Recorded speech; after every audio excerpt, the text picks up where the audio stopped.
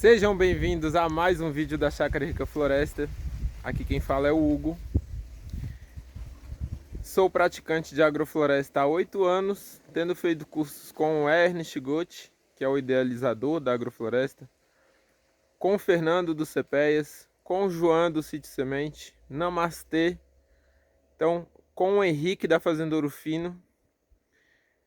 E nesse vídeo eu quero falar tudo que eu aprendi durante esses 8 anos, tudo o que eu acho válido fazer hoje ao começar uma agrofloresta, para ter uma agrofloresta de sucesso, para poder colher limão aí no seu quintal ou a fruta que você desejar. E quem sabe também para tirar renda desse cultivo, reflorestar, que é o motivo da agrofloresta, ter várias espécies de frutífero, como esse limão siciliano, e tudo mais que possa envolver esse começo na agrofloresta. Então, se você gosta desse tipo de conteúdo, não deixe de clicar em curtir para que esse vídeo alcance mais pessoas. Toque o sininho para não perder os próximos vídeos. E vamos lá para o vídeo. Essa mata dá girimum, macaxeira, açaí, feijão. Essa mata dá buriti, guaraná, caratu, cumã. Bom, pessoal, primeiro eu quero deixar claro alguns conceitos.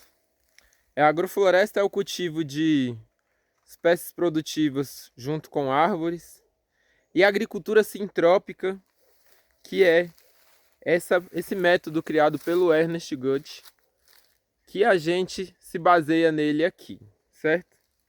Mas ainda dentro desse método, são diversas as formas de se fazer agrofloresta. Como a gente diz, cada agrofloresta tem a cara do seu dono e mesmo dos funcionários envolvidos ali naquele processo, porque às vezes o funcionário faz o que ele quer. E aqui não é diferente, e nenhum outro lugar é diferente. E eu deixo isso claro porque às vezes as pessoas vêm com a cabeça muito fechada, dizendo que isso não é agrofloresta é só o que não sei quem faz. E cada contexto é de uma forma, então diversas são as variáveis. Mas eu vou tentar aqui puxar o que eu acho de importante para você fazer hoje e ter sucesso num plantio agroflorestal. E o sucesso pode ser simplesmente colher o que você está plantando, porque, pasmem, acontece muito hoje de muita gente muito idealizadora plantar agrofloresta e não colher nada. Isso acontece muito mais do que as pessoas imaginam. Tem muita gente plantando e não colhendo nada, ou praticamente nada, gastando dinheiro, gastando tempo e não colhe praticamente nada, porque não tem o conhecimento teórico tão aprofundado e ainda assim é muito idealizador e quer fazer a coisa de uma maneira muito difícil, muito restritiva. E hoje eu vou tentar passar para vocês o que eu acho que dá certo, o que eu acho que pode fazer com que qualquer pessoa tenha sucesso plantando agroflorestas. Bom, pessoal, sentei aqui na beira, embaixo desse pezinho de açaí, que eu acho que vai ser um vídeo um pouco longo. Bom, a primeira coisa que vocês devem ponderar é as características da sua região e do seu solo. Se você tem muita presença de formiga, se você tem um solo muito arenoso ou muito argiloso, essas características elas são importantes e, se possível, fazer uma análise de solo, que não é um bicho de 7 cabeças. O pessoal da Emater da sua região pode te ajudar. E acreditar e aceitar que o preparo de solo é um momento muito importante. Você só vai poder fazer ele uma vez quando você faz agrofloresta, porque depois que você plantou, você vai plantar as árvores juntos. E depois você não vai passar o trator nas árvores para fazer outro preparo de solo, porque você errou no preparo de solo. Então, o preparo de solo é a parte mais importante. Aqui a gente já fez todo tipo de preparo de solo, você imaginar. De enxada rotativa, preparo de solo manual, canteiro. Então, tente estudar o que for possível. Faça o melhor preparo possível. E o que é o melhor preparo possível? Aquele que deixa o solo mais solto, aerar o solo. Então, colocar ar dentro do solo. Porque na maioria das vezes o solo é compactado. Se seu solo não é compactado, se seu solo é um solo bom, de floresta, terra preta, etc., talvez você possa mexer menos nesse solo para não atrapalhar o que já está construído. Mas na maioria dos casos, nosso solo é degradado e a gente precisa fazer o melhor preparo possível. Isso envolve corrigir o solo, né? O solo não está errado, mas esse conceito já é mais comum e mais fácil de entender, que é colocar o calcário, né? E tem diversas formas de calcular esse calcário e tudo mais. Então faça o melhor preparo possível. Aplique fósforo. Se possível, pó de rocha. Se for viável. Muitas vezes não é. Principalmente área pequena, não é viável. Mas pense que você tem que fazer o melhor preparo possível. Se seu solo está muito degradado, tem muita formiga, e você não quer, né, ter que matar essas formigas, ter que fazer esse controle que é ruim, mesmo que seja biológico, talvez seja interessante você entrar primeiro com uma adubação verde. A adubação verde tem diversos benefícios. Eu estou fazendo um curso de pós-graduação em solo e nutrição de plantas pela USP, Exalc. E a gente vê que, por exemplo, a Crotalaria spectabilis é uma planta muito resistente a nematóides. Nematóide é um bichinho do solo que muitas vezes causa danos nas raízes das plantas, chegando até a derrubar as plantas. Principalmente bananeira, goiaba, inviabiliza cultivos de goiaba, esses cultivos convencionais, né? Na agrofloresta eu nunca vi isso acontecer. Mas se você plantar essa crotalaria em área total, e todo nematóide que entrar na raiz dessa crotalaria, ele vai morrer, porque ele não consegue se alimentar dentro dessa raiz. Então você vê o benefício que uma planta dessa pode fazer a um solo degradado. Além de acrescentar nitrogênio, aumentar a matéria orgânica, depois que você vai cortar. Então, fazer um plantio de adubação verde, e isso tem muito conteúdo na internet. É bem interessante antes de começar a sua agrofloresta. Eu soltei um vídeo sobre microbiologia do solo, chama A Vida Secreta do Solo. Um vídeo que eu mesmo fiz, peguei algumas imagens de outros vídeos para ilustrar melhor. Esse vídeo pouca gente assistiu, o YouTube entregou pouco. Então se te interessar e você não viu, volta aí alguns vídeos e assista um vídeo rápido, 4 minutos, eu explico a importância da vida do solo para o crescimento das suas plantas. E adicionar cálcio, que é o calcário no solo, ajuda muito a vida do solo, certo?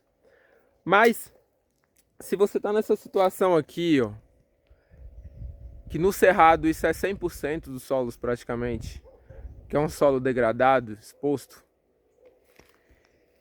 e em boa parte do Brasil também é essa situação, a vida do seu solo está pedindo socorro. Praticamente não tem vida no seu solo e é por isso que esse solo está dessa forma. O sol esquenta muito o solo, mata as bactérias, mata os fungos, mata todas as formas de vida. Praticamente todas, né? Nunca vai matar tudo, mas mata grande parte das formas de vida que precisa para que os nutrientes estejam disponíveis para suas plantas nesse solo, certo? Então, se a sua situação é essa, como é a da maioria, é importante você inocular vida no seu solo logo quando você começa. Isso melhora muito o resultado, mas é muito, sabe? A agrofloresta é uma técnica muito boa, mas não faz milagre rápido, né? Qualquer solo é possível de se melhorar com a agrofloresta, mas isso leva muitos anos, principalmente se você não usa dessas técnicas. Então você inocular no começo vida vai acelerar muito esse processo. Eu vou mostrar um pouco para vocês como que a gente faz aqui. Existem algumas maneiras de inocular a vida no seu solo. Uma delas, bem prática e facilmente escalável, é essa daqui. Não estou falando que ela é melhor, viu, pessoal? Só estou falando que ela é prática, fácil de fazer, mas ela custa algum dinheiro. Você vai comprar um produto chamado EM1. Ele tem duas bactérias que são bem benéficas para suas plantas. Aqui dentro da caixa d'água, no meu caso é caixa d'água porque aqui já tem 1 hectare plantado. Se a sua área for pequena, não precisa ser tanto. Você vai botar melaço de cana, as bactérias vão se reproduzir aqui e você vai aplicar isso no seu plantio. Eu aplico via fertirrigação, né? A gente tem a bomba ali e vai por gotejo para o plantio inteiro. E isso faz uma diferença razoável no seu plantio. Se a sua área é pequena, você vai plantar só um canteiro, você pode pegar isso aqui com uma bomba costal e você mesmo bater no solo. Pode pegar com um balde e jogar no pé das mudas, sem problema nenhum. Isso vai fazer uma diferença muito grande no seu plantio. Tá certo? Mas essa não é a única maneira. Na internet você acha facilmente como coletar micro-organismos eficientes da mata.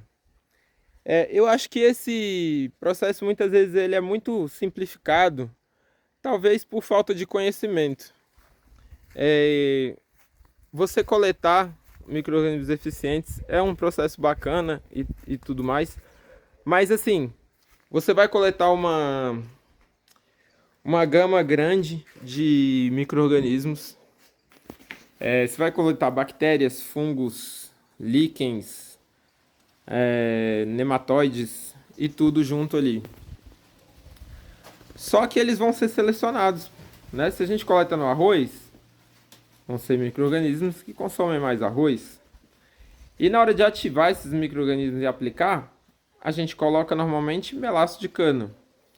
O melaço de cana vai privilegiar micro-organismos que se alimentam de melaço de cana. Então você não vai estar aplicando o que está ali na floresta, como é divulgado.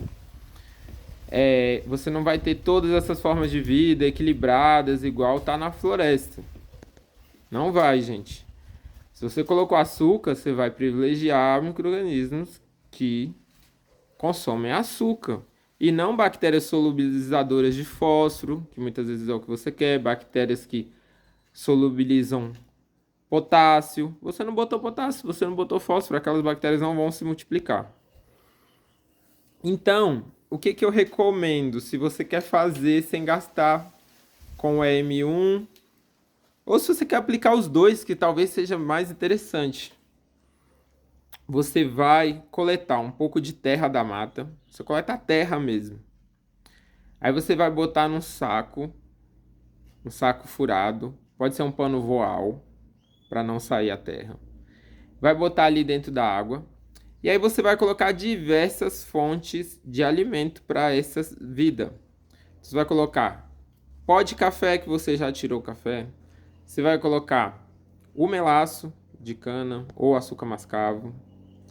Você pode colocar batata cozida, né, que é almido e tal. Você coloca farelo de trigo. Então você vai colocar várias fontes e você vai colocar também iorim, porque aí você vai ter fósforo para as bactérias solubilizadoras de fósforo trabalharem. Você pode colocar sulfato de magnésio, que isso vai melhorar aquele adubo. Eu vou deixar a receita aqui embaixo de uma mistura dessa. E aí, não estou dizendo também que todos os micro-organismos vão ser multiplicados e manter a mesma proporção da terra que você pegou na mata. Não é tão simples assim, pessoal. Queria que fosse, ia ser fácil, né? Mas pelo menos você vai conseguir multiplicar os diversos micro-organismos. Talvez não mantenha a mesma proporção, mas você vai estar inoculando eles no seu plantio. Isso vai fazer toda a diferença no resultado, certo? Se você fizer, depois comenta aqui em algum vídeo nosso dizendo o que você achou. Beleza, agora você tá ali com seu solo corrigido, com material para cobrir, né, que se plantou adubação verde. Você inoculou micro-organismos no seu solo. Então esse solo já é outro solo. Agora está na hora de efetivamente plantar a agrofloresta. O que é a primeira coisa que você tem que fazer? Estudar. Se informar sobre quais plantas vão bem na sua região. Eu recomendo você começar por elas. A gente sempre quer plantar o que a gente quer comer e tal. E não tem problema também você colocar um pezinho de manga ali, independente de se você tá no sul, no frio, e a manga normalmente não vai tão bem. Você pode plantar. Mas assim, se você quer ter uma agrofloresta resiliente, de sucesso, eu recomendo você começar pelas plantas que vão bem no seu local. Isso ajuda muito, certo? E plantas que, se a ideia é você tirar renda, então plantas que vão ser rentáveis, ou seja, que tem mercado na tua região e que se paga bem por elas, né? No cultivo orgânico, certo? Então, acho que esse é o primeiro passo. Agora eu vou explicar para vocês como consorciar as espécies. Essa parte é um pouquinho complexa e eu vou tentar simplificar para vocês. E eu também recomendo que você comece com plantios mais simplificados. Vá entendendo como funciona para depois complexificar. Que o complexo é sim melhor, mas você tem que conseguir manejar isso e conseguir organizar isso para ser melhor. Pessoal, na agrofloresta a gente trabalha normalmente com 4 estratos. Baixo, que nesse plantio aqui são alguns pés de café, como aquele ali. Médio, que nesse plantio a gente tem um baixo médio, que é o limão. E a gente tem um médio alto, que é o abacate. E aqui a gente está considerando como se o limão fosse médio e o abacate fosse só alto mesmo. E a gente tem o emergente, que aqui é o mamão, o eucalipto e o mogno, que está vindo no futuro. E aí, para facilitar, a recomendação, isso não é uma regra absoluta, é só uma recomendação. A recomendação é que você trabalhe com baixo, café, e alto numa linha, abacate, e médio, limão, e emergente na outra, que é o mogno. Isso facilita o seu manejo. Eu mesmo tem lugar que eu plantei diferente só para ver como é que é, para ter experiência. Mas isso para mim claramente facilita o manejo, certo? E essa recomendação não é só minha, ela é do Ernest, ela é do Namastê, eu já escutei de diversos professores. Mas é só uma recomendação. A agrofloresta dá para fazer de milhares de jeitos, certo? Então a gente tem aqui, né? Eu prefiro mostrar na prática, que tem muita gente já falando de teoria na internet. Então tem o Cepéias, tem o Antônio Gomides, e eu prefiro mostrar na prática para vocês verem como é que funciona na prática. Então aqui a gente tem o limão, que é o médio, e o mamão, que é o emergente. Mas você tem que pensar mais nas plantas do futuro. A gente tem o mogno, que é a planta do futuro emergente. E você vê que eles se alinham bem, ó.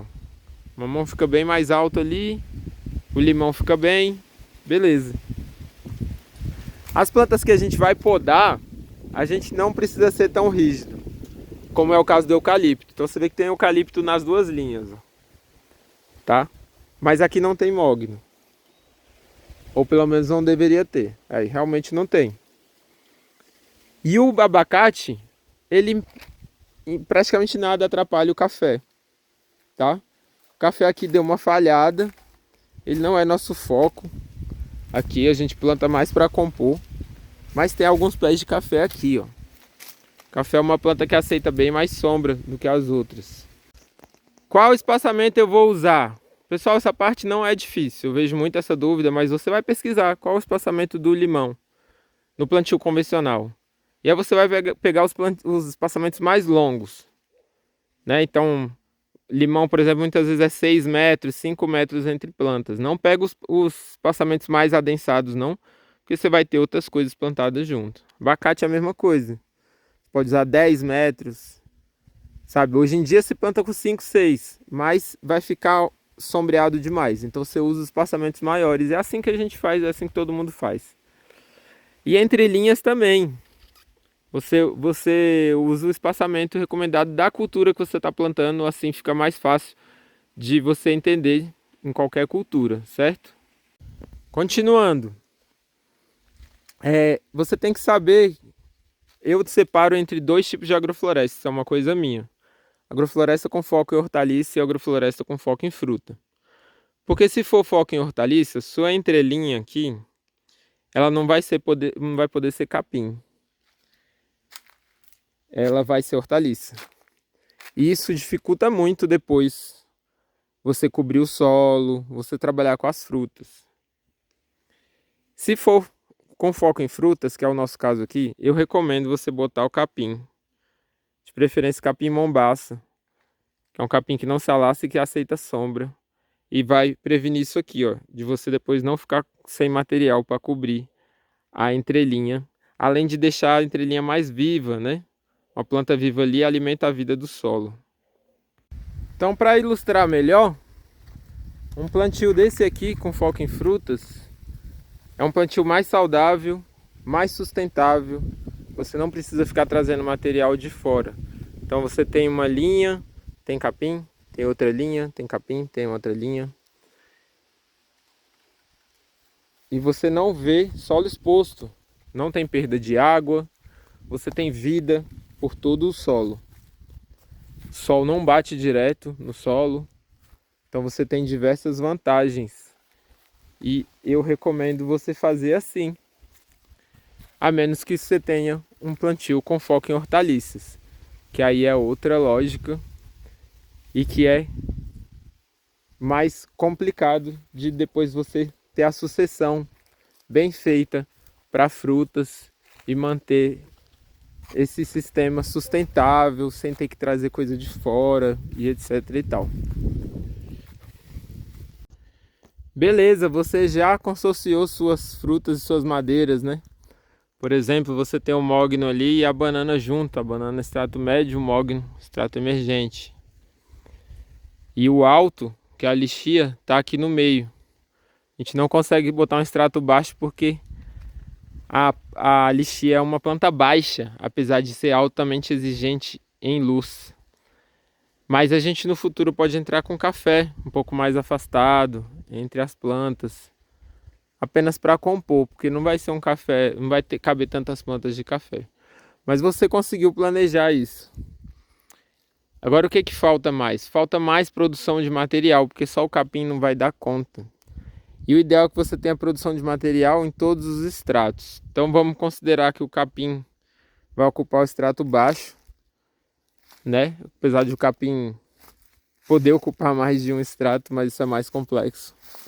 Aí a gente tem um urucum como produção de material no extrato médio, por exemplo, mas pode ser outra, desde que você saiba uma planta de extrato médio boa de poda. Mas você vai podar para liberar luz para o extrato médio produtor, que é a banana. E aí você pode ter um extrato alto produtor de material, como é o caso da amora, por exemplo. A gente tem um galho aqui, ó, de uma planta que foi cortada já para liberar luz para a lixia.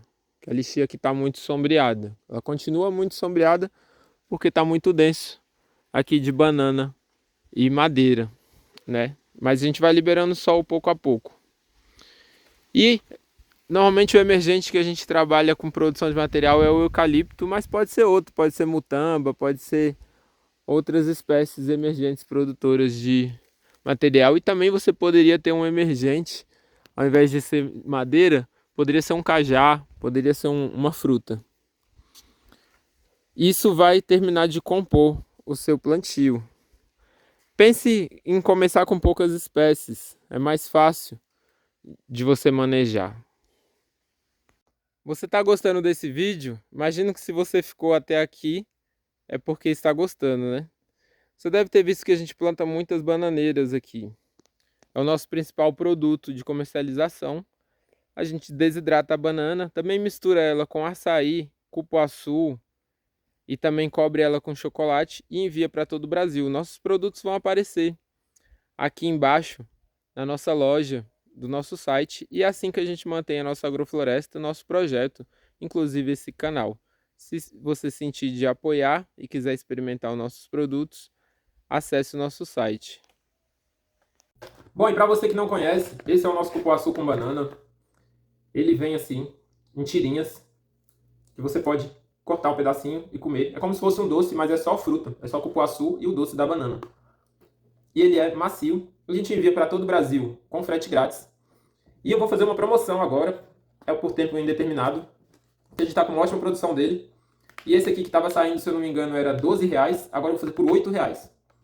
Então a partir de R$8, frete grátis é acima de R$80 em pedido. Mas se você quiser pedir menos, é só acertar o frete com o Correios. A gente também tem ele em tamanho família. E também está em promoção de R$40. Eu vou fazer por R$30 esse aqui. Pacotão. Para a família inteira. E a gente também tem o açaí, que também é em rolinho. Esse não está em promoção, mas é um dos mais pedidos, que realmente é uma delícia. Como o açaí tem muita gordura, ele fica muito macio. Então dá até, você pode comer sem tirar a fitinha assim. Ele é muito macio. Bom, pessoal, tem mais alguns detalhes que eu gosto de colocar nos plantios agroflorestais aqui. Às vezes a gente investe muito em uma cultura, como é o caso dessa linha aqui, que foi a mexerica.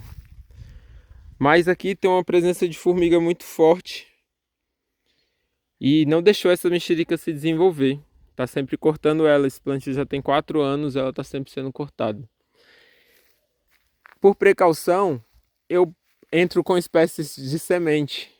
Aqui foi o baru, da castanha de baru. É um extrato alto, é o mesmo extrato da mexerica. Só que olha a diferença de desenvolvimento. Então, apesar da minha mexerica não ter ido para frente, eu vou colher muita castanha de baru aqui. E nesse caso, a gente tem um emergente na mesma linha do alto. Hoje em dia eu não costumo fazer isso, mas nessa época eu fiz. E a gente vê que é possível. A gente tem que manter um emergente ainda mais alto. No caso das madeiras, eu vejo totalmente possível, porque a madeira eu vou deixar ela crescer indefinidamente. Eu não vou destopar ela, não vou manter ela baixa. Já o meu extrato alto eu vou. Como eu quero colher os frutos, eu quero manejar, eu vou manter ele baixo. Então, pessoal, não é uma regra absoluta, são apenas recomendações. Chamar atenção para alguns outros pontos aqui. Como vocês viram, eu tenho uma presença de formiga muito forte aqui. Imagino que na maior parte dos terrenos também seja essa situação.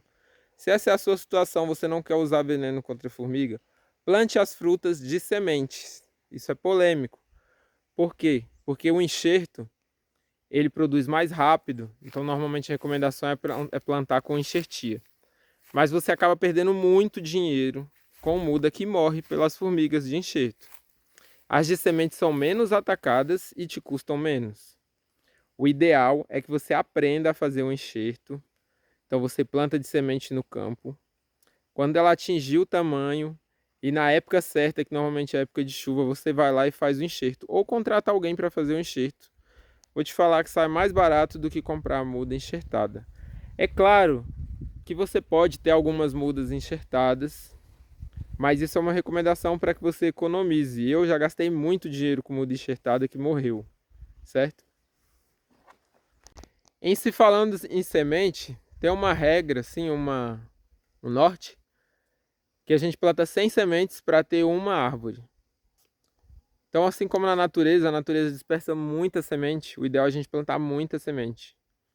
Mas você não precisa plantar bagunçado, você pode plantar semente a cada 50 centímetros, e depois vai ter uma árvore a cada 10 metros.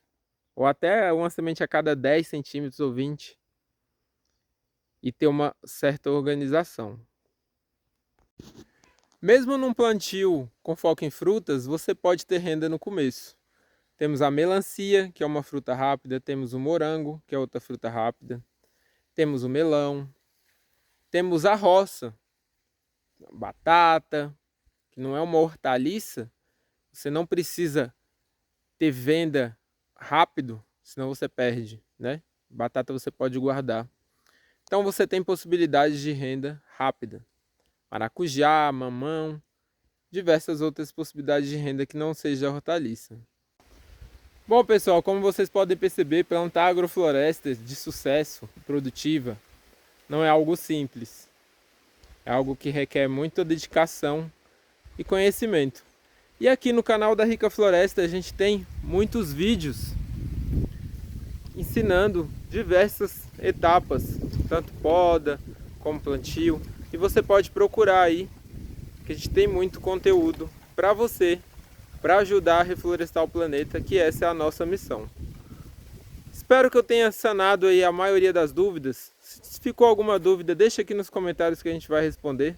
Muito obrigado por assistir esse vídeo e até a próxima.